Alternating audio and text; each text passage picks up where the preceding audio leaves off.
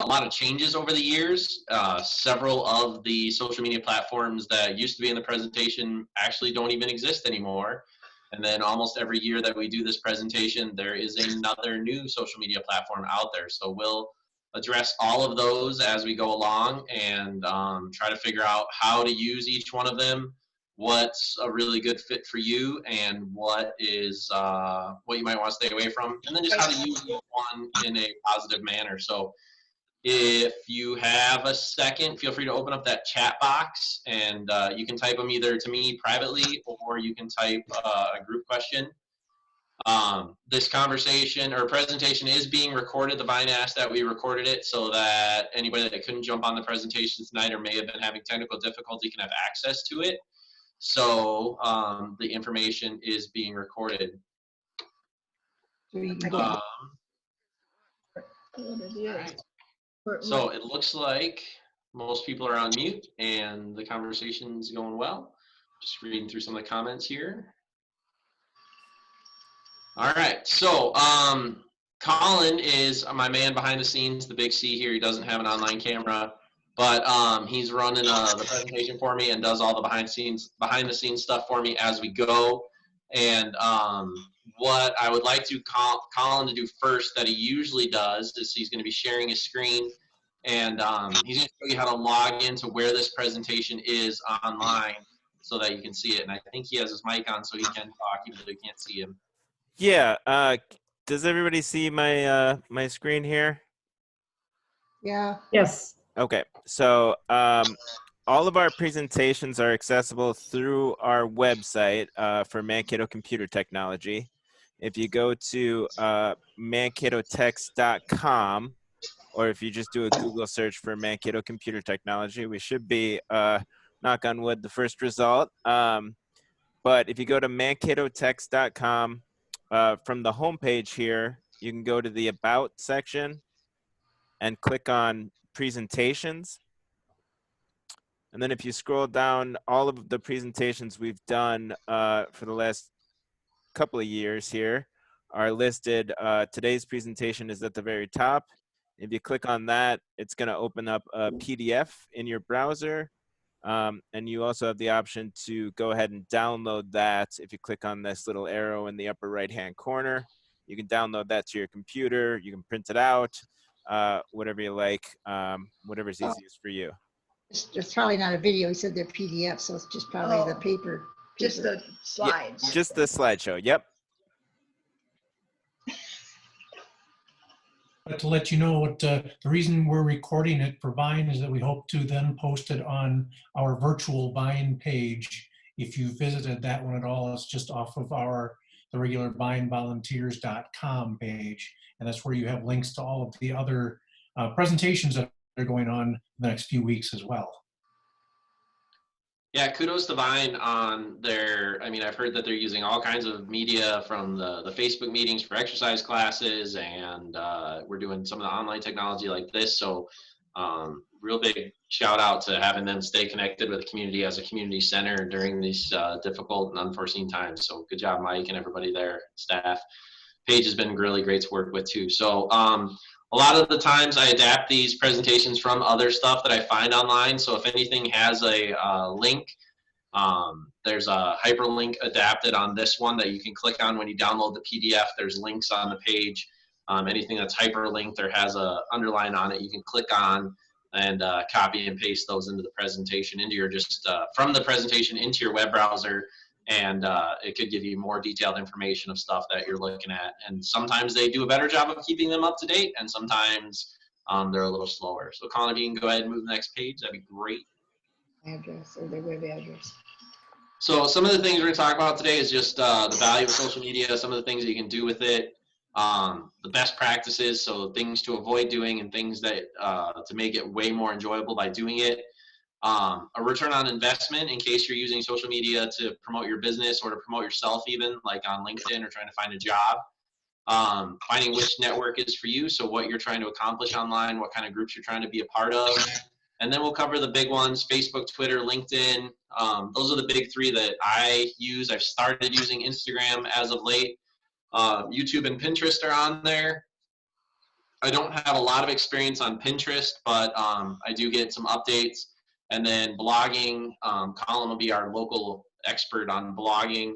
And we have a couple other social media options, some new stuff that's come along and some things that have passed. So we'll move on.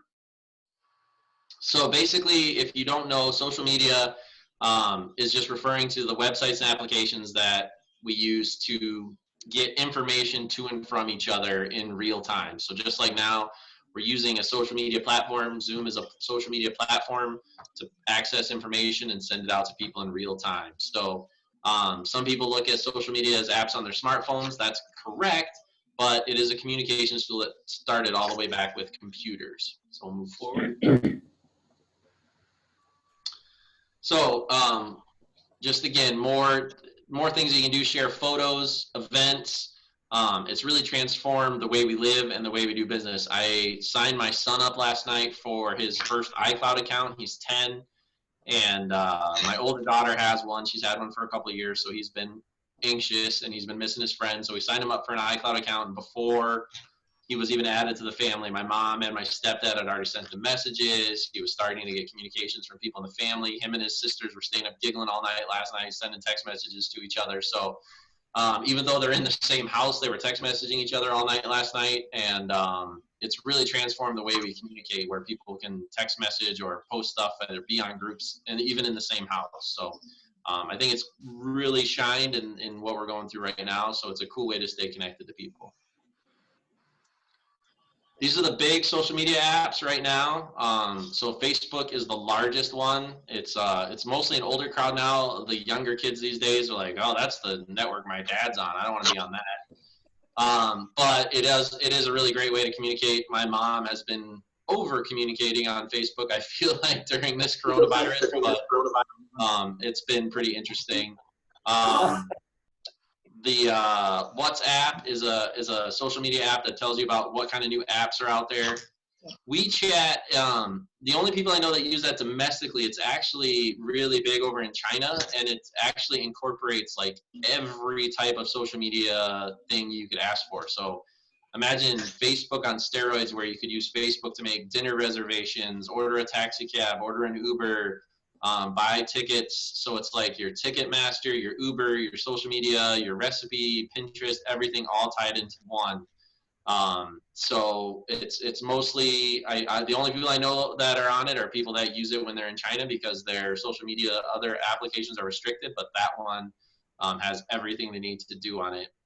Qzone, Tumblr, those are both like photo and media sharing social media sites.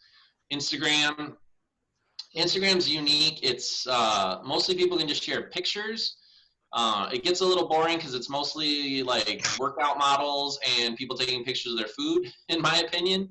But occasionally there's a nugget of like people take cool pictures of scenery, or it's unique if you have friends or family. I've had a lot of family that's posted on Instagram that they're not on other social media sites, so I've been able to see their kids, my nieces and nephews' birthday parties and stuff like that, and I've really enjoyed it. So and there's not a lot of commentary or forwarding or thumbs upping or notifications, so it's a lot more limited, and you can kind of dig into it what you want. But like I said, it seems like it's mostly pictures of models and food.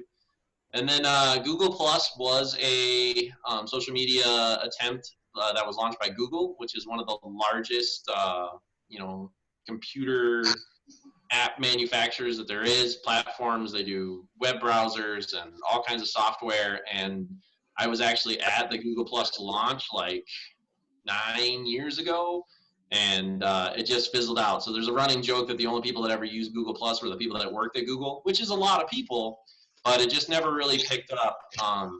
Everything that Google Plus could do that Facebook couldn't, Facebook later acquired companies that could do the kind of things that Google Plus was bragging about, which is mostly sharing like animated pictures and stuff. So Facebook picked up all their own kind of things that would allow them to do that stuff. So next one.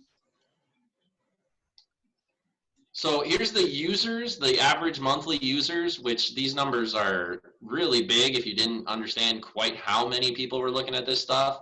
And it kind of goes back to, if you think of our computer security class and knowing that everything you post online is accessible to the people on these networks unless you have your settings really dialed in with privacy. You know, on Facebook, you got over 2.5 billion users, YouTube, 2 billion, Instagram, billion. Then we get into the hundreds of thousands. So you got 330 million on Twitter. Google Plus, like I said, still down there because there was 111,000 on there, or 111 million on there. So just some different social networks and the number of people using them, and you can look at the graph there on the side. It's a lot of people using these sites on a daily basis. So this symbol, if you're over the age of 40, like I am, you probably just know this as the pound symbol, but now it's called the hashtag. Somehow it got changed. I don't know, but it did. So now this symbol is called a hashtag. And what a hashtag does is it gives you, when you post something on social media, if you use a hashtag sign, it's a way to identify what you're talking about so that people can search it as a keyword. So I'm trying to think of some fun examples, but if I was going to talk about Vine classes, I would do a hashtag Vine. And then when people would search what I had typed in social media, whether it's Facebook or Twitter or Instagram, they could look up whatever I had put a hashtag behind. So it's basically like a flag or an indicator that you're going to be talking about something. Some people create their own and they're huge, and they get a ton of following, and that's in social media terms, they call that trending. So if you can create a hashtag with a cool trend on it, it becomes, that means a lot of people are following it. If you make something really long and unique, like hashtag Trevor Wagner's teaching class, computer classes of the Vine tonight, not many people are going to follow that, but people come up with catchy ones, and it's basically just an identifier. I don't know if it has something to do with the programming language, but it identifies it so that when you search it, you can find what is marked with a hashtag. So it's just a way to identify topics and things that you are either looking for or you want people to be looking for that are related to you. These are the different types of social media. So we've talked about a lot about social networking right now. So that's going to be your examples of Facebook and LinkedIn. There's bookmarking sites. So this is where Pinterest comes in. So this is when you're looking at topics. So I make fun of my boss all the time because he's a Army Ranger. He's done tours in Iraq, tours in Panama. I mean, he's one of the biggest, meanest, toughest guys you've ever seen, and he's huge into Pinterest.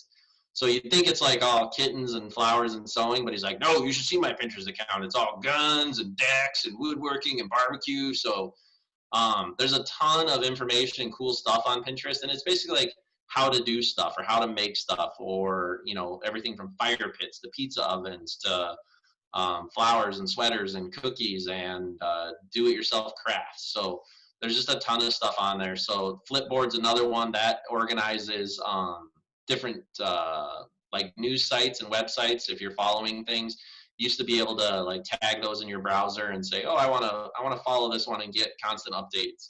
So Flipboard will kind of put all those media sources together. There's social news. So if you're looking on what's trending on social news, I don't really recommend doing that, just with the amount of fake news that's going on. It's, if you had something to do and you wanted to be entertained, it's great, but I find it a little distracting. Media sharing, so this is where you're going to share more than just what you're typing. It's a great place to post videos, actually. So like YouTube is a social media site, and you can do your social media through videos, or like Instagram is just going to be still pictures.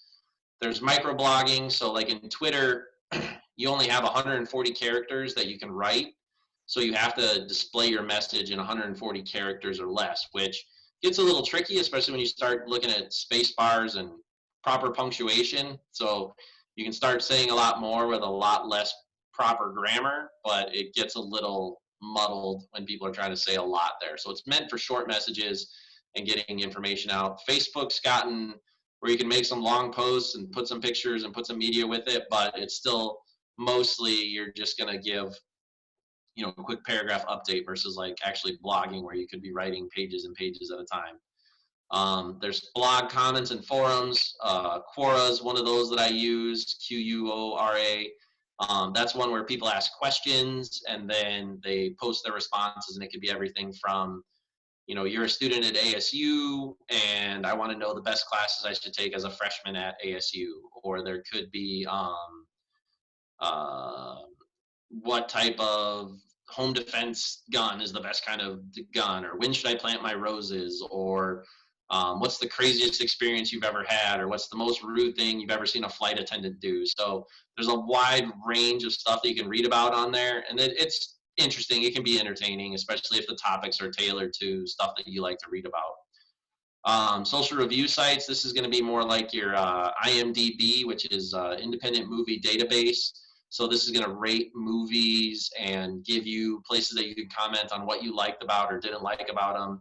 There's also review sites for products or things that you might buy. And then community blogs. I use an app called Nextdoor. I'm actually the person that organized my neighborhood for Nextdoor. And our water was brown. I live out in Madison Lake, and our water was brown. So I just posted, like, anybody else in Madison Lake having brown water? And it took a day, and I was like, oh, maybe nobody uses this anymore. Maybe this one's dying like some of the other social media sites. But then today about 10:30, somebody was like, well, I'm on the text message alert committee, and we got one that says a water main broke. And then somebody said, well, I work here, and they said that they're cleaning the water tower. And somebody else posted and said, well, I was driving by the church on Highway 60, and they were doing something there. It looked like they were working on a water main. So it took about half a day, but by the end of today, there was several people that had posted and let me know what they had heard and what they thought.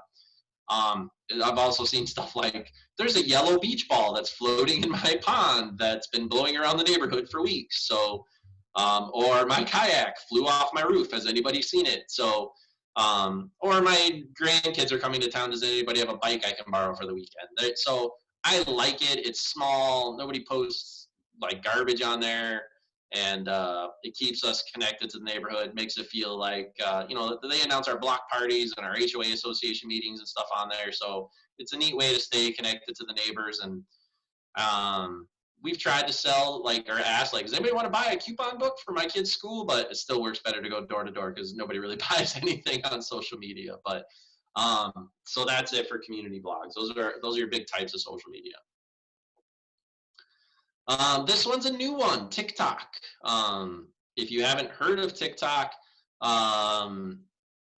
there's a lot of TikTok challenges that they're doing, and some of them are hilarious and some of them are dangerous. If you follow the website, I work for a company called Master Electric. I had to post a lot because there was a TikTok challenge, and I think it was called the electricity challenge.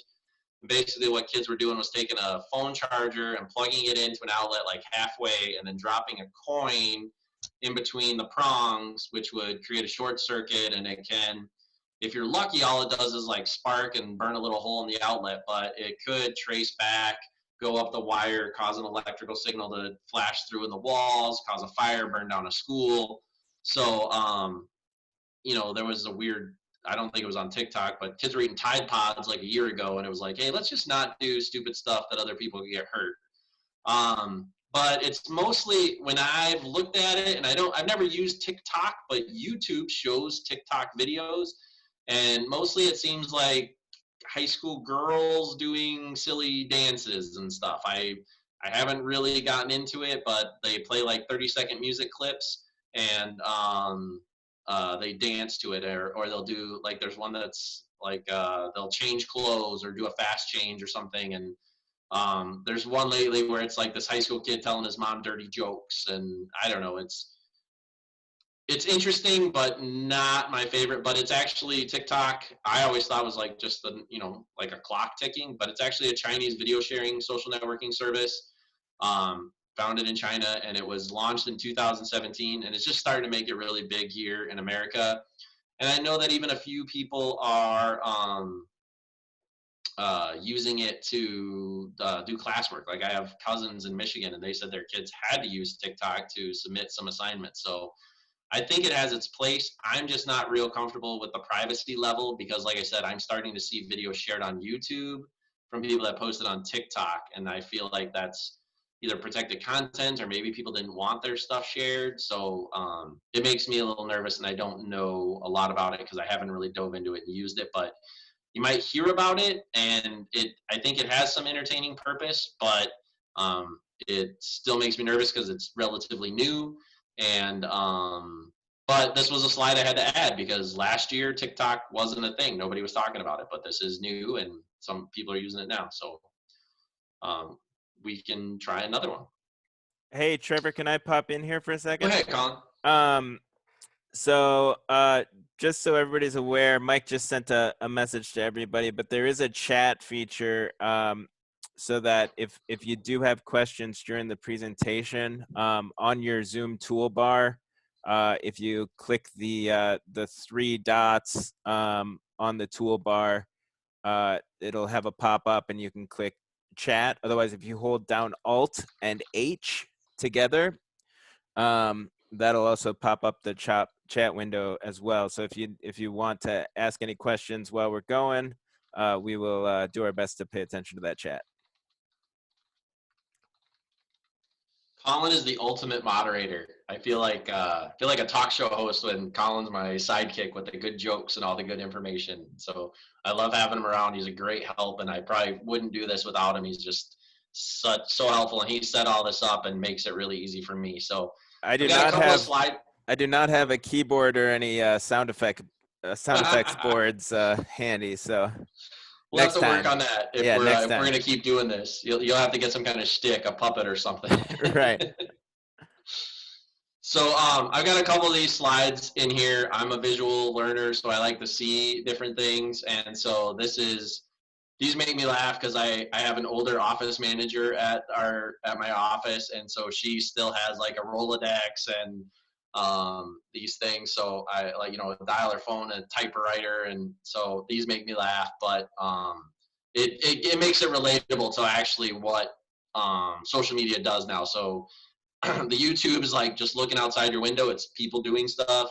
Pinterest is if you were to like cut things out and pin it to a board, that's where the name comes from. LinkedIn is like having a Rolodex. It's just the people that you know, the things that you do. Foursquare is just posting where you go and what you do. So it's like having a globe or a map. Instagram's just your new photo album. The more you use your phone, the more these apps probably come into handy because they just replace all of this stuff on your desk. Imager is another photo app. WordPress is if you're going to blog, it's a way to share your information onto a website or a blog site. Twitter's like your post-it notes because it has to be really short and send a message. Facebook is a great way to just keep in touch with all the people that you knew from high school or from something a long time ago. It's a cool way to look up people that you knew in the past and figure out where they're at.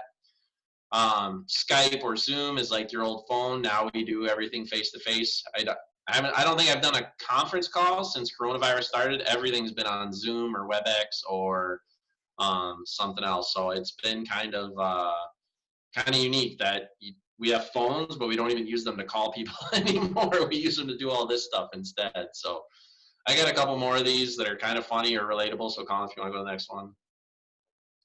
So here's the icons that you may see on your apps or on your phone that indicate what they are. So these are the things that you mainly do on these sites. So Facebook is people where you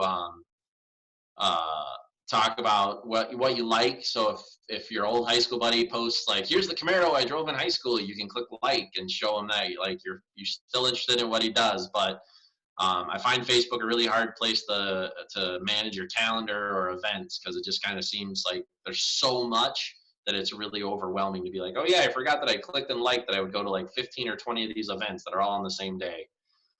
Peggy, we'll talk about blogs in a second. Like I said, Colin's my expert, and so that'll be kind of the last topic we hit today. Twitter's a listen to me. It's people that just want to shout out and say stuff really fast. LinkedIn's where you go if you're looking for a job or you want to post stuff about your company, or maybe you're looking for somebody to hire. YouTube's where you post videos or watch videos of people doing stuff. I've used YouTube over this break. I bought a bow and arrow right before coronavirus hit, before the quarantine and the stay at home. And I've used YouTube to teach myself how to shoot a bow and arrow. So I have a target and I've been shooting in my backyard, and I learned how to dial in the sights and how to increase the weight and how to, do holdover and where your release should be. And I've also had to use it a lot. I've been riding bikes my whole life, and I've kind of been an amateur mechanic for a long time. But like a couple of things went wrong with my bike, and I was like, oh, I gotta go pull out my old book and figure out what page it's on to adjust my rear derailleur and fix my hydraulic brakes. And I was like, oh, I could just YouTube it. So like literally just YouTube how to fix hydraulic brakes and put my bike on the bike stand and made it look just like the picture and told my kid to hold it and got the tools out. And I was like, oh, that took like 30 seconds. Like, you know how long that would have taken if I had to get the book and actually flip through the pages. So it can be a really good learning tool. And I would caution you, like, there's some great do-it-yourself stuff on there, but be careful, and not just from the electric perspective, but don't try to do things that are way above your skill set. But it's pretty impressive the things that you can do by watching people on YouTube. I learned how to, it's the trickiest thing I've had to learn how to do, but relight the pilot light on my gas fireplace. It's so weird. You got to push buttons and turn a knob, but I have a YouTube video saved that I'm like, oh yeah, how do I do this again? So, because I read the manual and I couldn't figure it out, but I watched some guy on YouTube do it, and now I can do it. So there's Pinterest, the blogs. We'll talk about a little bit more of those in a second. Oh, unlimited minutes. How'd you do that, Colin? That's neat. Yeah, that was not me. I guess we should really hit the love it button. Yeah, I guess so. Make sure everybody gives Zoom a good review, because they just said we have unlimited minutes. So I'll make sure everybody gets their time out of it. So go ahead, Colin, skip to the next one. So here's basically what you can expect to see when you're on social media. So Twitter, here's the hashtag again. I'm eating a hashtag donut. That way, if anybody's looking up information about donuts, you're going to see them this way. Facebook is you're going to like donuts. Foursquare, this is where you eat donuts. Instagram, vintage photo of you eating a donut. YouTube, a video of you eating a donut. LinkedIn, my skills include donut eating on your resume. Pinterest would be a donut recipe. Last FM would be I'm listening to radio stations about donuts. And then Google Plus, again, the running joke is I'm a Google employee who eats donuts. So we'll go through, like, I think 2 more of these. I think we got a Disney one. If you're still not getting these, this is a Disney one. So if you're on Facebook, you're going to tell everybody that you like Disney. And I see a lot of these people out on Facebook. Foursquare is where you check in if you're at Disney. Instagram would be look at these cool pictures I took while I was at Disney. Pinterest would be, again, it says recipe, but there's other things that you can get it. It might be how to get through the lines faster, or how to get at the best hotels, those kind of things from Pinterest. You can get those too. Twitter would be I'm at hashtag Disney. Again, that hashtag symbol for people that are searching things about Disney, that would put a flag on it. YouTube would be here's a video of us at Disney. That's the Spotify logo below YouTube. That's a music channel, so a social media music channel, listening to Disney music. Vine, this is interesting because Vine no longer exists. Vine has basically been replaced by either TikTok or Facebook video, or I don't know if there's another one out there, but Vine was a short-lived, probably about 2 or 3 years, where you could just make like quick 30-second videos, and it was fun and entertaining. And there's still a lot of YouTube videos about Vine, but I think it's basically been replaced by TikTok. And then there's this last one, which I tried. It's Snapchat. I tried it once, and I just don't know if I'm too old to get it, but there's messages that disappear that you send to people. So I think it's only if you think you're going to send stuff that you don't want other people to see that really just goes out on the internet for everyone to see. I don't know. But I know there's people that use Snapchat. I'm like, why wouldn't you just message me that you were there? But I don't have it. My wife tried it. She's only on it with her family. I've seen people dive into this one, but I'm just like, why wouldn't you just message me or call me? So maybe I just don't get it. But Snapchat's out there. I think it's still relevant. I just don't use it. Here's just another simple example of how you'd put it on Twitter, Facebook, Foursquare, Quora. That's the one I mentioned earlier. I think Colin got me hooked on that one. And then YouTube and LinkedIn. So here's some of the pros and cons of the social media. Facebook, this is a media network that everybody's using and already on. Some people are really interactive on it. Some people just have a basic profile. I literally think my wife posts like 3 things a year. And I have a lot of people that I've started, I mean, especially during these times or like during the election, like people get really political and go on these power rants and they become keyboard warriors. And so it's like, if I could be on Facebook and just not see anybody else I knew, that would be great, because I get some cool news feeds on there and some really neat learning information that I like on it. But I have a hard time on there. And then lots of people have had it for a long time. So again, it makes searching people that you knew a long time ago a little bit easier. The joke is you can use it to stalk your old high school friends. The cons, again, younger people don't like it because your mom's on it, your dad's on it, older people use it. The privacy has been skeptical in the past, doubtful in the past. There's been a ton of updates, but it's really weird how you can search for stuff on Facebook and then all of a sudden, like, your Google autofill is posting it, or your ads start to show up on the side of your screen with things that you only looked up on Facebook. So it's a little creepy to feel like you're being stalked by the internet, and I don't know what their privacy algorithms are, but the other thing is that people can ask to be your friends, and I have a long list of people that have requested to be my friend, but I'm just trying to really limit my social media because I'm trying to manage my privacy a little bit better. And so I have some basic criteria that I've created of, would I call you my friend, or did we just meet somewhere and you want to be my friend? There's different, I think LinkedIn's a better social network for people that you meet. It's like passing business cards. You don't really need to get to know somebody, but you can keep it on a professional platform. But I don't really like the idea of giving people that I just met like access to my information, where I might live, where my kids are, where my kids go to school, that kind of stuff. So I try to be really picky about who I accept as a friend on Facebook, and that makes me feel better about my privacy. And I keep my settings strict in. The thing to remember about all of these is these are social media platforms are free services to the users, and the adage that we always use is, if you're getting a service for free, chances are you are the product.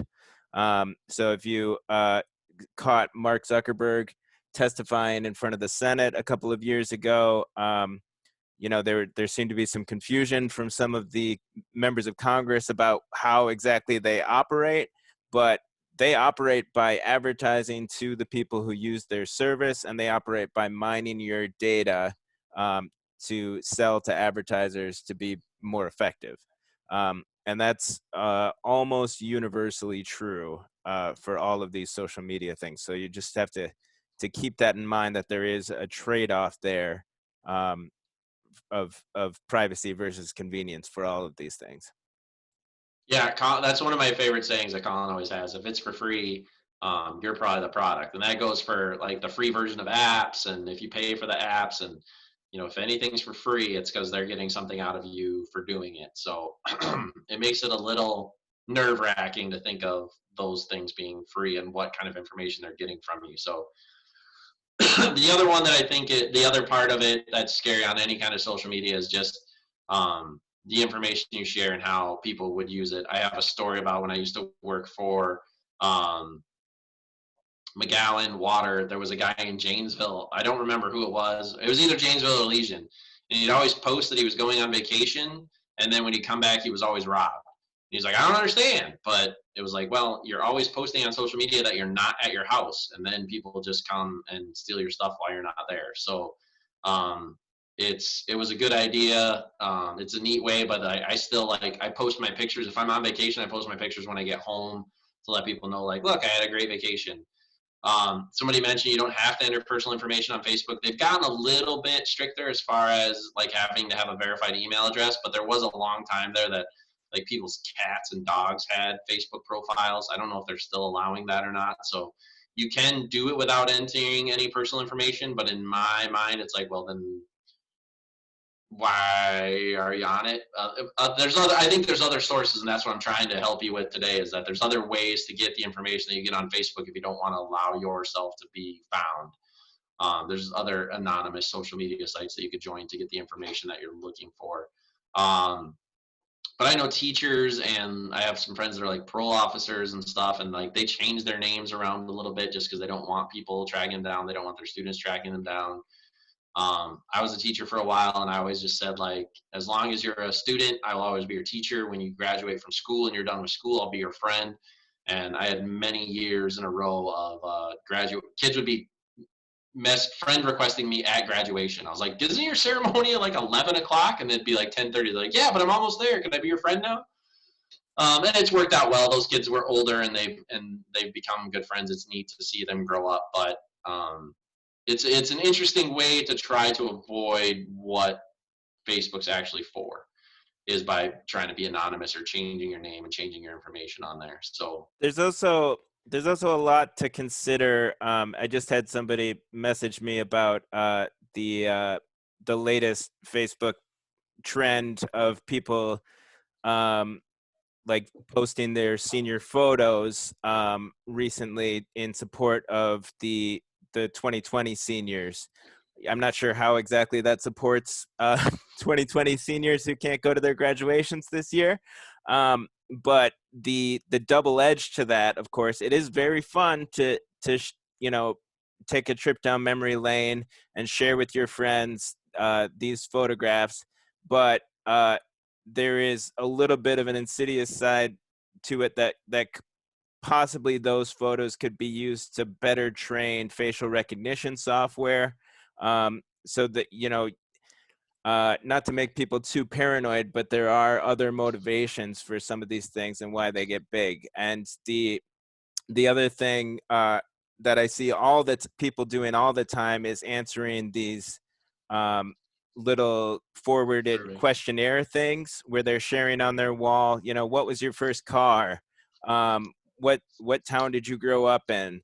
And there's all sorts of these fun questions that seem like a fun thing to compare notes to your friends and family. But if you've ever reset your bank password online or tried to recover an email password, you realize very quickly that the recovery questions that are generated by these systems are things like, what was your mother's maiden name? What street did you grow up on?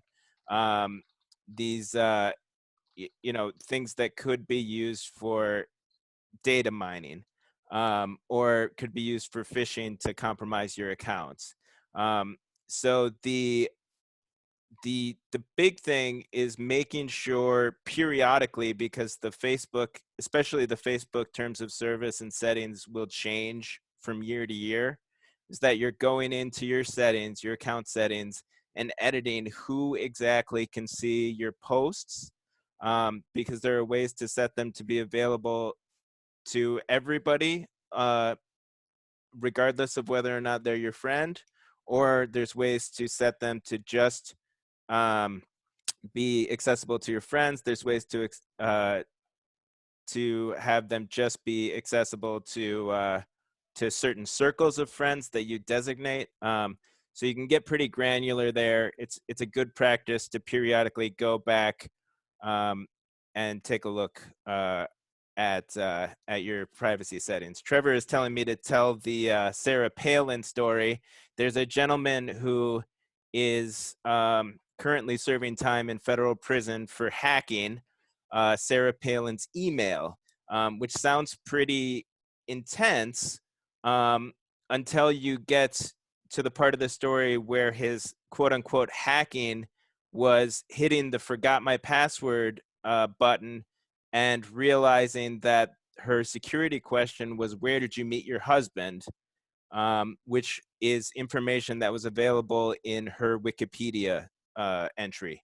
So he was able to very easily get access to a VP nominee for president or for vice president, and leak emails to the public because she didn't think too seriously about what her security questions were.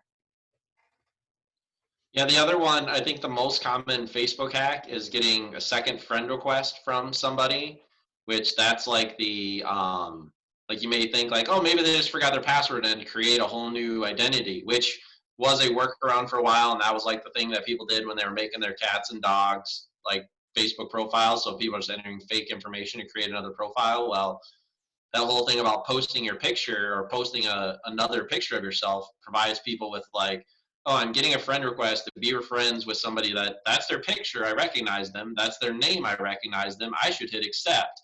And so if you have your privacy settings set to only show your friend stuff and you start accepting friend requests because you forgot, like, oh, I already accepted a friend request from Joe Smith, and now like, oh, Joe Smith is requesting me again. Oh, he must have accidentally deleted his account and created a new one. So we talk about it in our security class, and it's just a good idea to send a message to the Joe Smith that you know and say, hey, did you send me a second friend request, or did you delete your profile? So otherwise you've been hacked or somebody's trying to be you. And at least they can post a message out to all their friends and say, hey, somebody's trying to make another friend request for me, don't do it. So just the other thing about that, somebody's posting about the sites that people share. That's another thing with internet security, is just being really careful.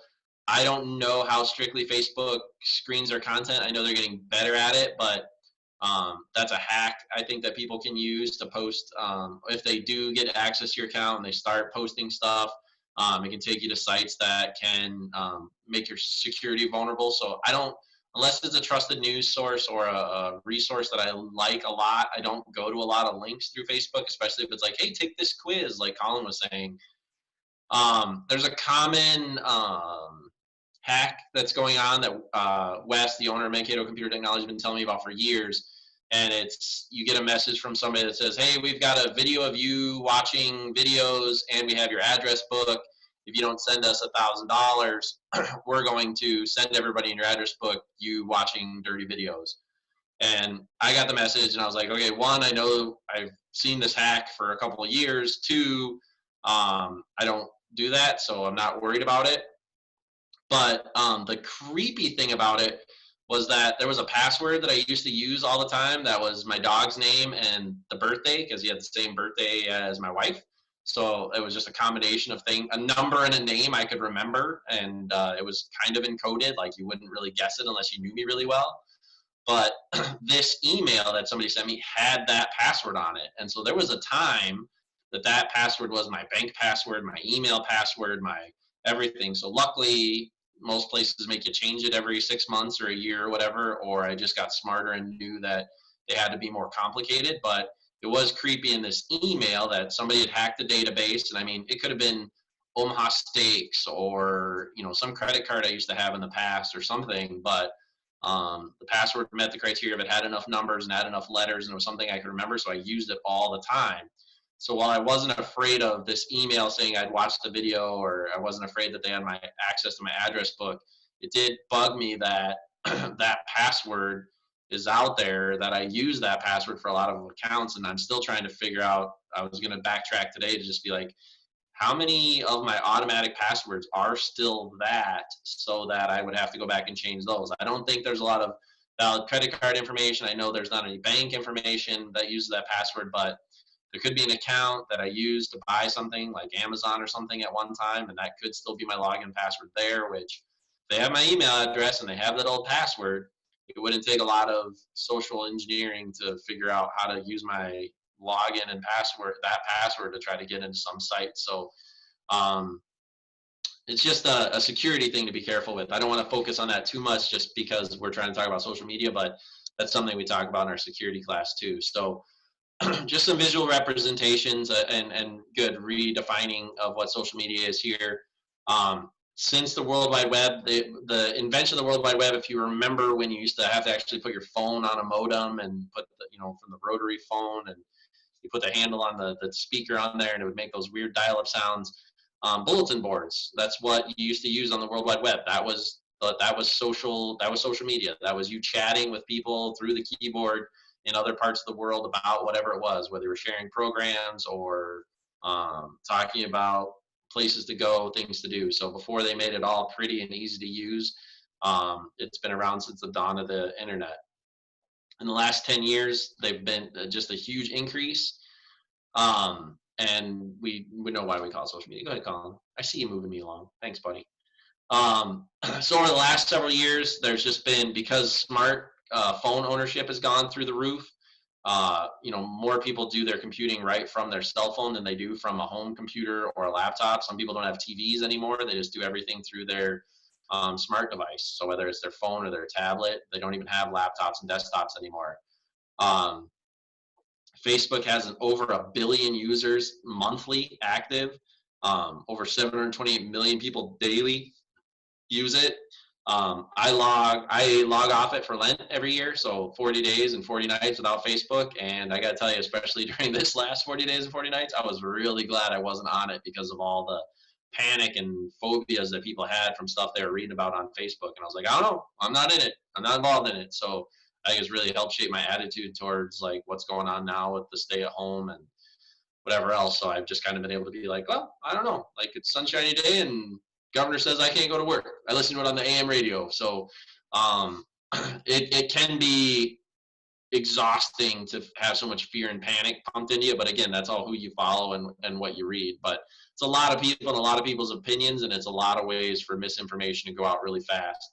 However, if you think it's just a fad, it's been around for a long time and it's going to be around for a long time. There are some really great things about social media too. So there's been a lot of positive social media things that have popped up. One of my favorites is like Kickstarter, the Kickstarter campaigns and some of the other stuff where people are inventing things and then they're sharing them. It used to just be called open source, where you'd like kick out your blueprints for something and be like, hey, everybody can try to make this. But there's another way where people are just inventing stuff and being like, hey, if you're the first 20 people to order this for $100, like I can manufacture this and make the world a better place. So there's people manufacturing like bikes and, just different kinds of inventions that with just a little backup and starter campaign, it's kind of like Shark Tank, but using the whole internet to do it and using a community to be involved in developing these cool ideas. So whether it's bringing water to like villages that don't have water, or giving people a method of transportation that they couldn't have afforded before, or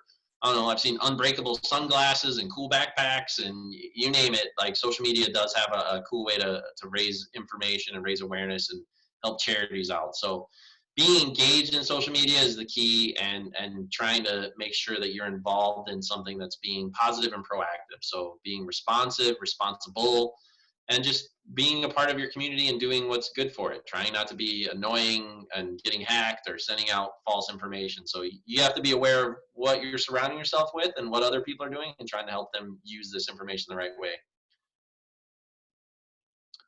So best practices, we'll go through these. They kind of get on repeat with etiquette, so you can look at the slides on your own. Basically what you want to do is find content that's relevant to you and what your knowledge base is, or what you're looking to expand your knowledge base in. Add value to the conversation, express things that like, hey, if you're a car guy, I found this oil filter really works well. These oil filters really fell apart on me. I really like this engine because it gets this much horsepower. I really like this engine because it gets this many miles per gallon. I really hate the Prius, but I love my Tesla. My fast car charging station works as well. I think the electric cars now, Tesla for sure, comes like with an app that you put on your smartphone, and everybody posts where you can go charge your electric car, which I think is kind of a cool thing that you can do. And so there's all these areas around Mankato that you may not know, but those are good spots to go and charge your car, whether you have to pay for them or get them for free. So respond to existing conversations. It's a cool way to find jobs and volunteering opportunities. I saw a post today from my mom that had like all the places that are still hiring right now during the stay at home. So if you lost your job and were looking, like I heard like Home Depot, FedEx, UPS, some of those places are still looking to hire, and they had 1-800 numbers listed if you wanted to call and try to find a job. So volunteering opportunities, this is a cool way if you're having an event and you're looking for people to work it. So jokes, you have to be careful, because what may be a really cool inside joke to you that you want to post on your friend's wall. I had one happen today where I was like, ooh, this would be a really good burn, but I was like, I don't know everybody that knows this person if I post it on their wall, so maybe I shouldn't do it. So think safety first. If you don't feel like it'd be something good for everybody that person knows to read, maybe just send them a message, or pick up the phone and call them, or send them a text message. So think safety first. Try to avoid very confrontational stuff that you post online. You don't want to develop a reputation for somebody that spreads bad news or makes things bad. it's a cool place to ask for help. Like I said, like I'm looking for a part for a 69 Mustang that I don't know where I can find the original speedometer. Does anybody know where I can find one? There's probably a chat room or a forum or a group that you could join that somebody could tell you. Or I'm having this problem with my machine, my garage door opener. How do I set the code? Those kind of things. And oftentimes you'll find people that respond. Or, hey, is anybody else in my neighborhood drinking brown water? Because it's really gross. So monitor and listen, look for what you post out there, and then follow up and make sure, hey, say thanks for people for replying. Let them know that you tried what they suggested and it worked or didn't work. My kids are doing this distance learning thing now, and so on their social media sites, the teacher had to send an email today that was like, hey, like all 15 of you are asking the same question. Like look in the chat room that says like, and follow the chat. Like don't just post your question and wait for the answer. Sometimes you can find the information above because 15 other people have asked that same question. So keep it simple, keep it short. So this is where return on investment, ROI, stands for return on investment. So what you put into social media and what you're trying to get out of it. Some people are just looking for followers and fans. So this is where you kind of have to be careful too about people that are just, they'll friend anybody or follow anybody to try to gain media. And they do this because some people make a living posting videos on YouTube. And if you've watched somebody that does this, they always say, hit subscribe and like in the comment section. So there's Instagram models, people that are making money off of like, here, let me take a picture with your teeth whitening product, or let me take a picture of me with your energy drink. And, you know, I have this many Instagram followers, and I have a blue check mark by my name. And that means this many people are going to follow and see your product. So you just have to be aware that, like Colin said, you know, if it's free, then you're probably the product. So just be aware that people are using it for advertising and trying to get a message in front of you. But if you're looking to do that, there's ways to do that for you as well. So developing meaningful engagement, I think, is more important than just casting a broad net. And you can develop influence over people if you have either a great product or some great ideas. And then, you know, driving conversation, being productive. I try to do it, like I said, through social media with my work. I like to post stuff that you may not think about, like what to do if your car gets hit by a telephone pole or a power line, or what to do if there's an electrical fire, or how to prevent electrical fires, or what to do if you're swimming and you feel a shock in the water. So just trying to provide meaningful content that isn't necessarily related to what we do as a business, but is related around our business and things that will help keep the community safe. So finding the right social network for you, and then, you know, knowing how to use it. So we talked about a couple of these things already. So single versus multiple accounts. I have a personal account on Facebook, and I have my work account on Facebook, and I have several other accounts that I can manage and post to. How to get started. I know some people have tried to change their personal account and they've changed it to their work account because that's really the only transition they can make. Because I know people that have gotten divorced and can't change their last name because Facebook's gotten, or different social media sites have gotten more strict about how many accounts you can create or how often you can change the basic statistics in your account. So they don't want you changing your name all the time. They don't want you changing what you do all the time. So they feel like people just might be churning the accounts. So using this guide, you can look through the different sites that we've talked about. If you've already logged into one, you can go in and look at your settings, change them, make them different, make them more private, make them more strict. It's easier to loosen up than it is to tighten up after something bad happens to your account. What behavior do you like to show others? So, you know, is there something that you can teach via video? Is there recipes that you can share? You know, if it's videos, you want to go towards YouTube. If it's pictures, it's going to be more like Instagram. If it's you have small quibs of information that you like to share with people, probably Twitter. If it's the whole package and you have a wide variety of people that you're trying to reach out to or have contact with, then Facebook's going to be there. Make sure that the sites line up with your values. Spend a lot of time on them. Look at them. Look what other people are posting and talking about before you really engage. What are your friends on? What do they do? What do they know about your online behavior? These are all things that you want to consider. And then, like I said, I use an app called Nextdoor. But I don't know how many people are on it nationwide, but there's really only like 60 people in all of Madison Lake that are on it, and they all live in my neighborhood. I was able to set the boundaries, and they almost all live in my home association, so it's nice to have them on that small little chat group. So some more statistics about Facebook. If you're interested, these might help you make those decisions. So the gender breakdown, I mean, with that many billion people on Facebook, it's going to be like your breakdown if you took the world and said it was only 100 people. You're going to have, 50.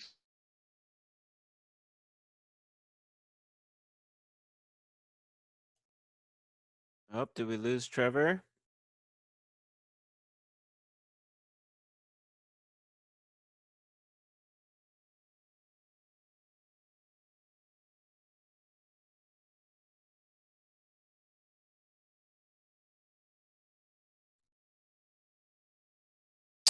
Yeah, let me try to kick him and invite him back in here.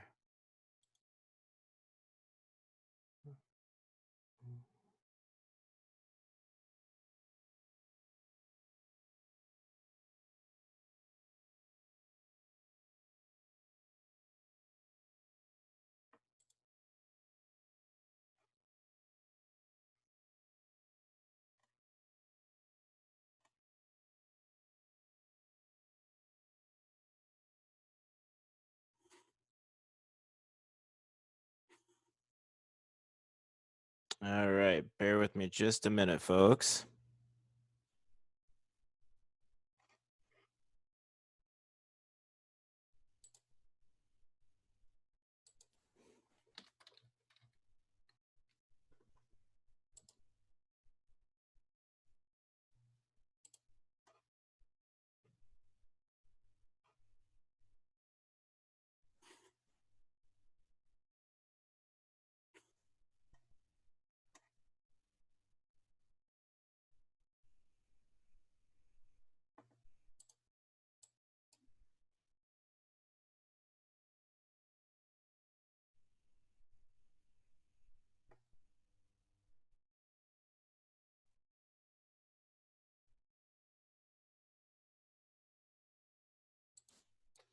All right. Well, while he finds his way back, we'll cover some more of the Facebook stuff, and I'll do my best to get us through the slides here, and I'm sure he'll be rejoining shortly. So how are people using Facebook? User-created groups have gotten very big nowadays. There's a lot of different types.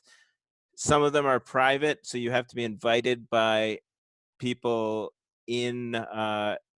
people who are already members of a group, and other ones are public, so anybody can join. Some examples of this are things for hobbyists, political groups. One that I keep an eye on because I like to scavenge for morel mushrooms in the spring every year. There's a Minnesota foragers group that I'm a part of, so I can tell when the mushrooms are popping up around the state.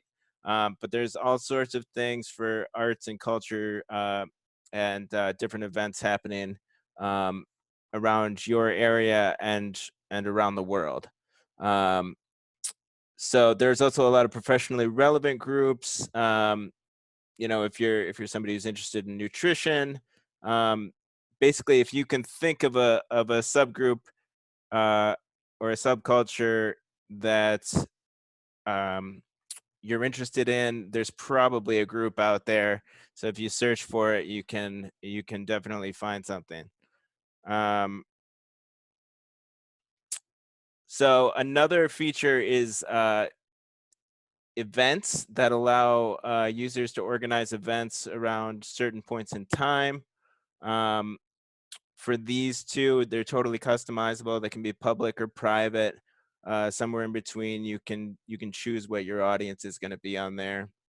And then you can export things from Facebook into other event calendars if you're somebody who uses Outlook calendar or your Google Calendar to organize things.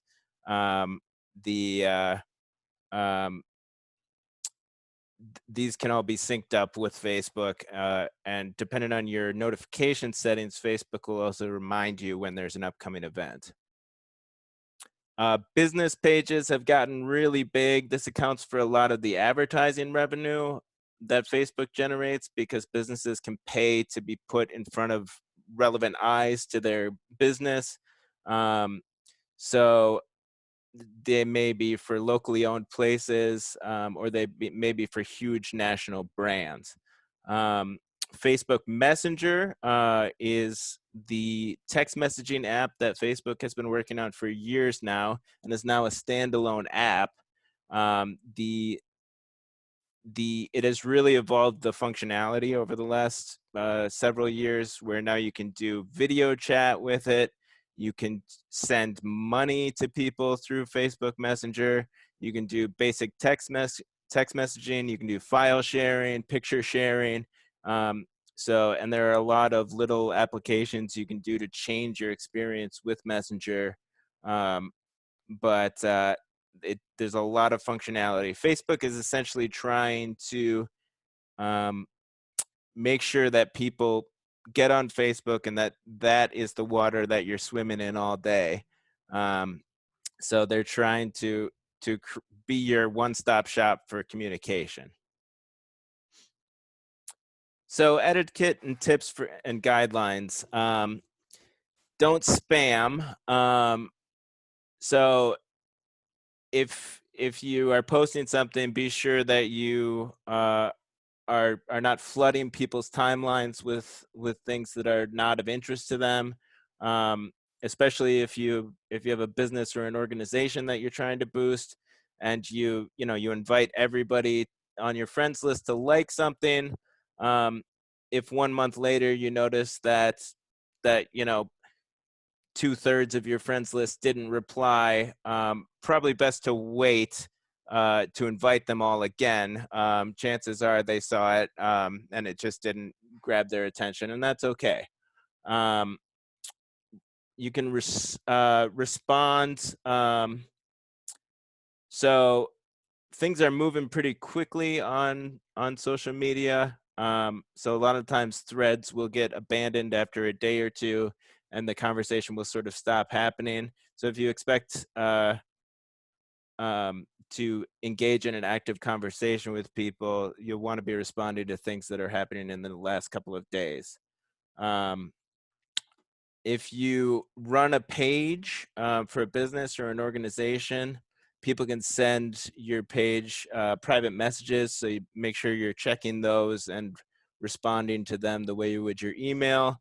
For notifications, you can customize your notifications for what sorts of things you want to be reminded of, whether you want to just be reminded of them when you're using an app like Facebook, or whether you want to push them through on your phone or other device when you're outside of the application.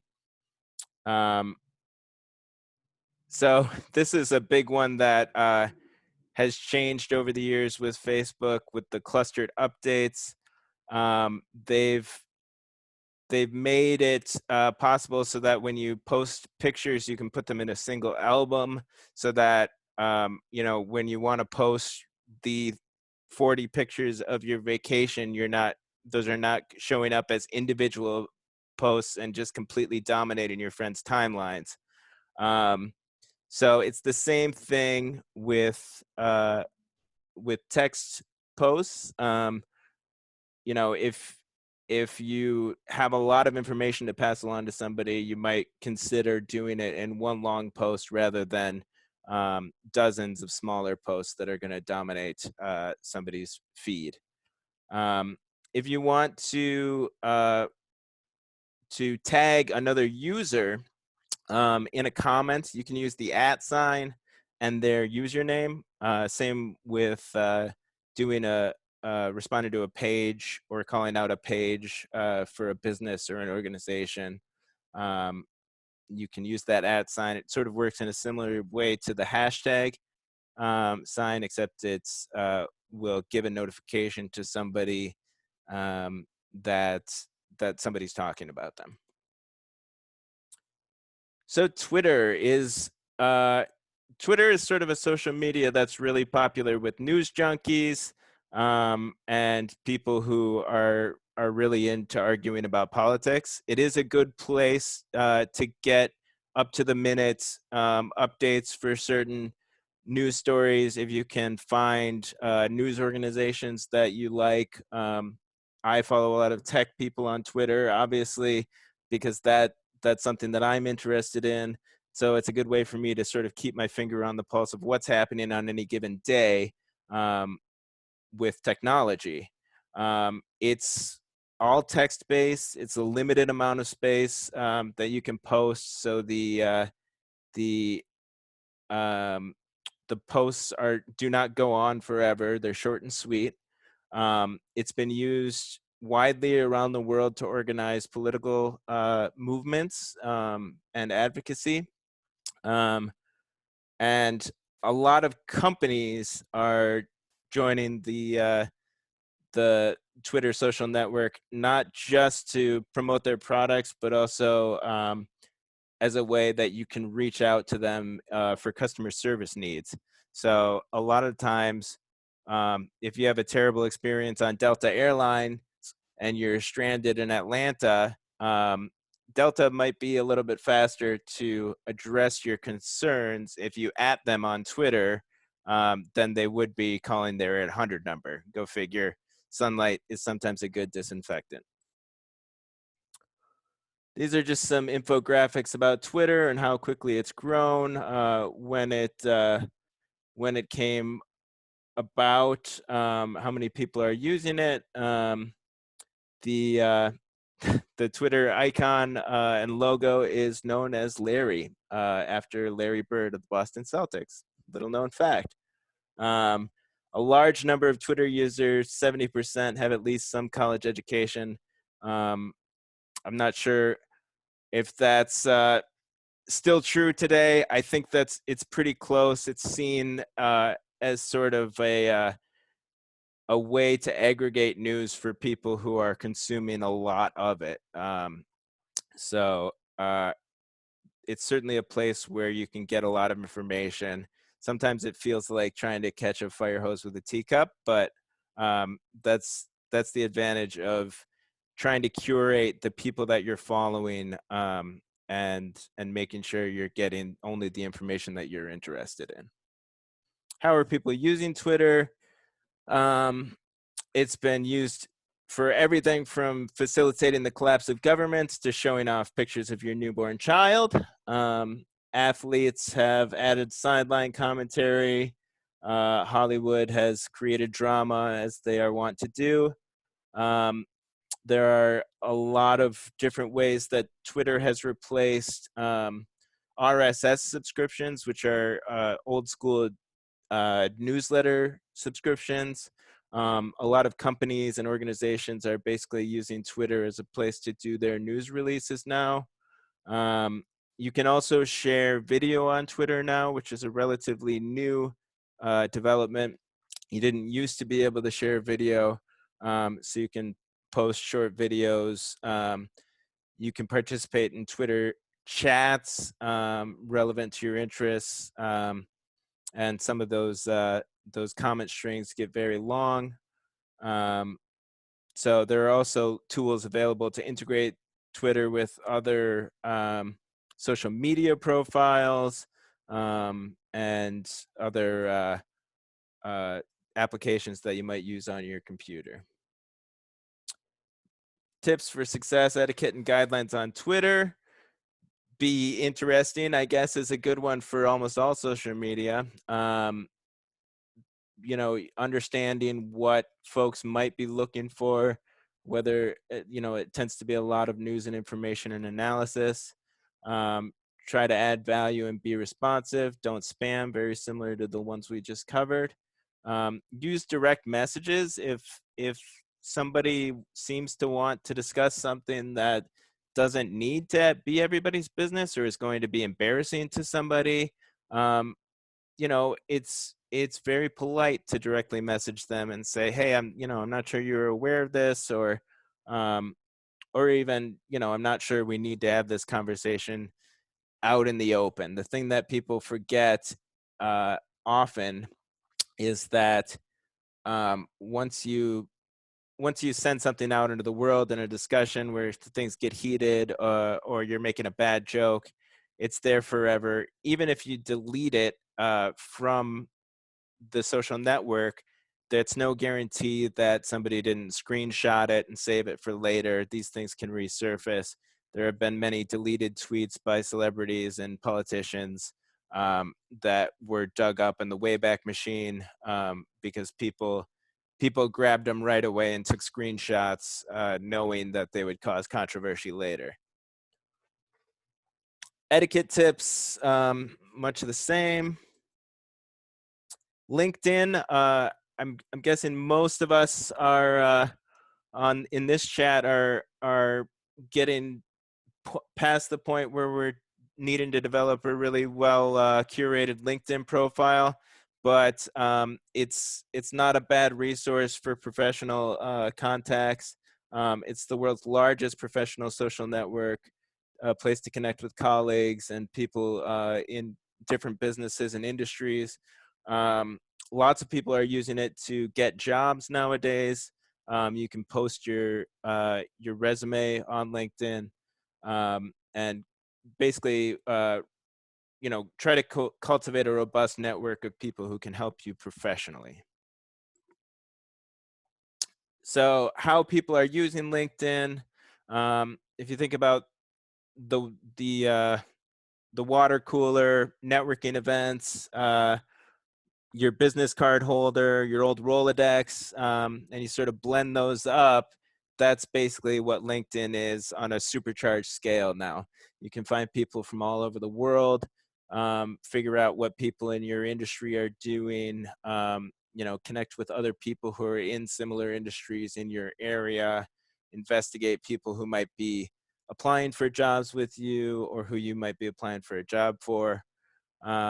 Recruiters use it a lot. I do some of the HR stuff for Mankato Computer Technology, and I depend heavily on LinkedIn for when we're looking to hire new techs. So LinkedIn allows hiring managers to search and filter candidates based on multiple factors, and users can join groups based on professional interests. It's also a great place just if you come across, I might come across something pertaining to IT professionals that my friends and family on Facebook are not going to care one lick about. But if I share it on LinkedIn, there might be some people who might find that interesting who are in my social network. Strategies for success. Complete your personal profile thoroughly and honestly. Don't try to overinflate yourself too much. We all have a tendency to try to shine up our resumes, but this is a connected age and it's easy to find when somebody's fibbing with some Google searches because there's so much information out there now. Find your connections and reach out every once in a while. Pick somebody you haven't talked to recently and send them a note. These are good ways to, and LinkedIn will actually remind you if somebody's having a work anniversary or has been at a job or just got promoted. You can easily send them a quick message and say, hey, congratulations on this. Link to your profile from your blog. You can link your LinkedIn to your Facebook and Twitter accounts or your company's Facebook and Twitter accounts. You can participate in different groups similar to Facebook.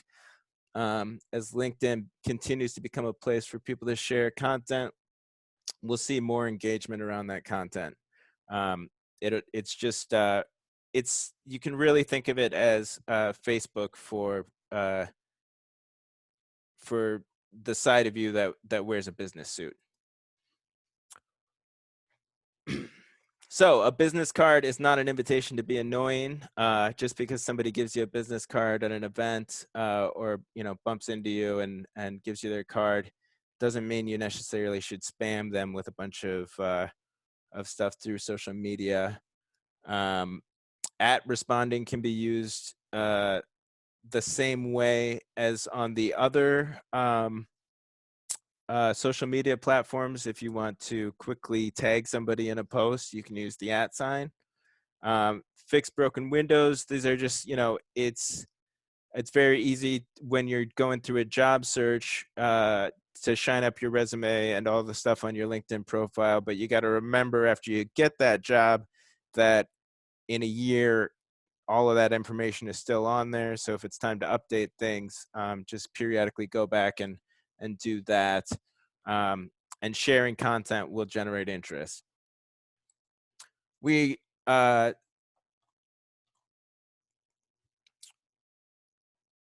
we glanced on YouTube earlier. It is in fact a social media platform because a lot of what goes on is feedback between viewers and the content creators, commenting and having conversations about certain videos, sharing things.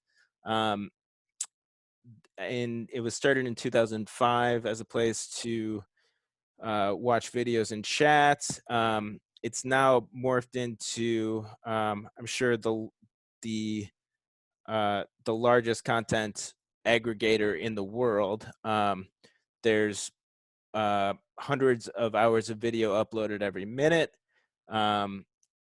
6 billion hours of video are watched each month. And it is just a great wealth of information, whether you're trying to find that John Cleese joke from the old Faulty Towers series on the BBC from the 1970s, but you can't remember quite how it goes. It's probably clipped on YouTube. If you're trying to figure out a way to rebuild an alternator on a 2003 Honda Civic, it's probably on YouTube. If you're wanting uh, um, to just post a video and then send links to folks, so that everybody in your family can see pictures of your grandkids. You can do that too, and you can adjust your privacy settings so that only the people who have the link see it. So there's a lot of different ways you can use YouTube, interact with it. I use it all the time to listen to music nowadays because I'm always sitting in front of a computer, and I can find just about anything that I want to listen to on YouTube. Etiquette: engage responsibly, comment wisely, favorite and subscribe to the content that you find interesting. So you can hit the subscribe button and the like button, and then those things will pop up in your feed more often. And you can upload videos if you are a content creator yourself.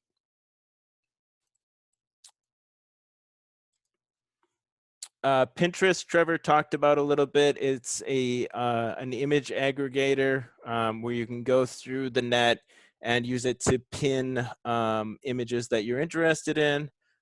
It's used a lot for recipes nowadays, and for other, landscape photos, pretty much any types or categories of pictures that you can imagine. There are people out there running Pinterest pages that are devoted to that content. So it is a good resource for just a visual library. Lots of times when you do a Google image search, what you end up with is a bunch of images that if you click and follow them through to their source, they tend to be linked to Pinterest pages because it's just a huge aggregator for images on the internet. How people are using Pinterest. Image-based sharing is becoming really important for brands and consumers. So Pinterest and Instagram have both become new staples in digital daily life. So lots of times our digital interactions are very fast. So we're not going to have as much time to read. You can communicate a lot with images to tell stories and to get content across to people.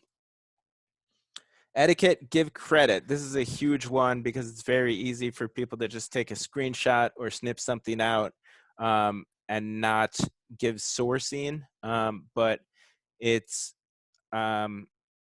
is an important thing to give credit to intellectual property online, even if you're not making money off of it. When we see something that's beautiful, it's great to have people know where that came from. Change captions, tell people what they're looking at. Organize your stuff so that it's not totally random. Group boards together. You can use secret boards on Pinterest if you're concerned about your security. And by verifying your site, you can tell people that you're legitimately interested in whatever it is you're you're focusing on for your images. It just means that you've been established as a reliable content provider on Pinterest. So blogging. Blogging is essentially just writing online. It's one of the oldest ways that the internet has been used. It's a lot of people used it as a daily journal.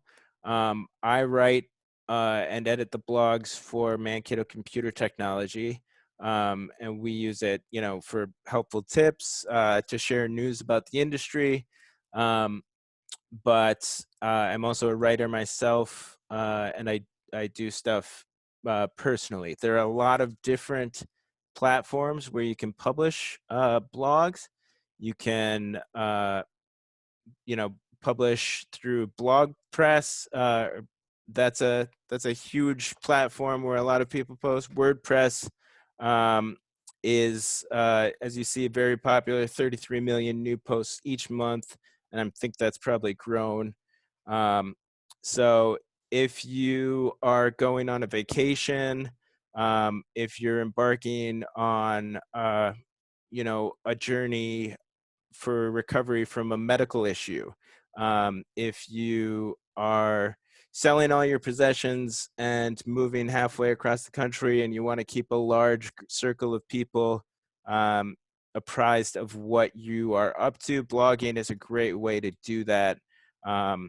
It's a great way, it's a good practice to get into, in my opinion, just to do diary and journal entries, in terms of creating artifacts that help you understand your life. And blogging is essentially a way that you can share that with a larger circle of people. So what does the blogosphere look like? There are an estimated 31 million bloggers in the US alone. 80% of bloggers have been actively blogging for at least 2 years. 57% of bloggers had reported having more than one blog. 35% of businesses blog at least once every month. 60% of bloggers report to be men. Do with that what you will. I'm not really sure what it means.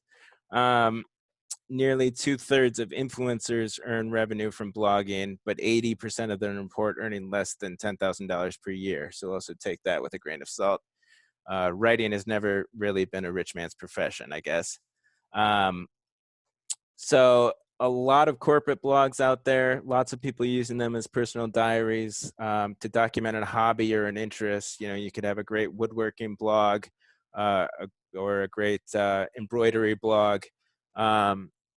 You can write communal blogs or community blogs where many people are contributing. Tips to be successful: you want to write with some authority, generate some good content, keep up with it in a predictable way so that your timing is not all over the place. Hold yourself to a schedule, so that people know that if they check back once a week that there's going to be a new entry. Otherwise, you might sort of fall out of their rotation.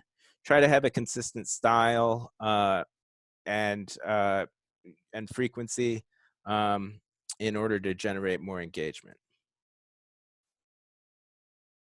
So social media does not stop there. There are forums, Instagram we talked about, Snapchat. Those are both image-based generally. Snapchat is more of a messaging service than Instagram. Quora is one that Trevor talked about, where folks ask questions, and people with varying degrees of authority on the subject can respond. And it's one that I've used extensively for research. It never ceases to amaze me. People list their credentials and why they are qualified to answer the question.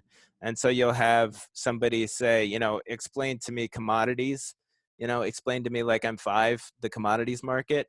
And you'll see somebody pop on and the top answer will be from a Harvard economist. I'm not sure what the Harvard economist is doing with his life that he has time to answer questions for random people on the internet, but that's the platform, and it's developed in a way that makes that possible. So that is really cool. Reddit, we didn't really talk about very much, but Reddit is a news and information aggregator. It's basically a message board where you can go. It claims, the tagline is front page of the internet.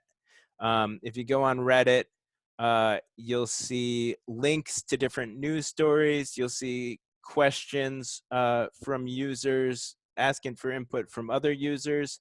You'll see videos and photographs, and all of it is voted up and down by the community in order to raise its prominence on that front page. There are thousands of different communities that contribute to create that stream of information.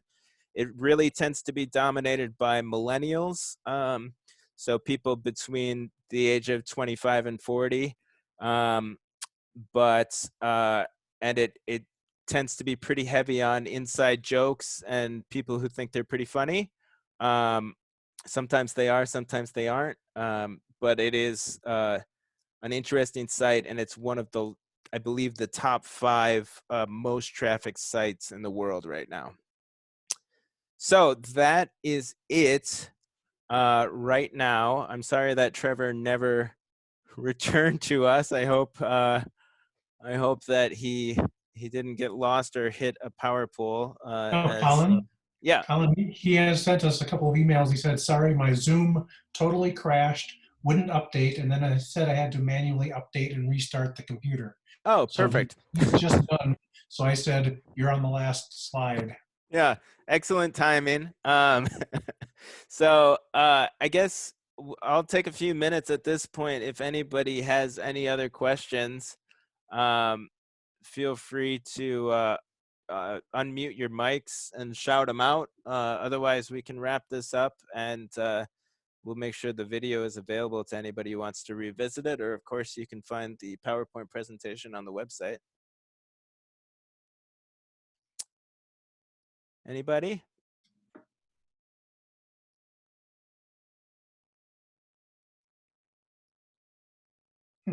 All right, I'll take your silence as resounding applause then. And thanks so much, everybody, for bearing with us. I know that this was a little bit different than the way that we usually do things, and I don't get to see all of your smiling faces the way that I'm used to. But I'm glad that we're able to keep doing this, and I hope that you're all staying safe. And I look forward to doing this again and getting better at it in the future until presumably we can, on some happy day, we can meet down at Vine and do it in person again. Well, thank you, Colin, and I'll be in touch as far as for the May topic, see how we want to proceed with that one. All right, sounds good, and thank you, Mike. Thank you, everyone. Have a good night. Good night.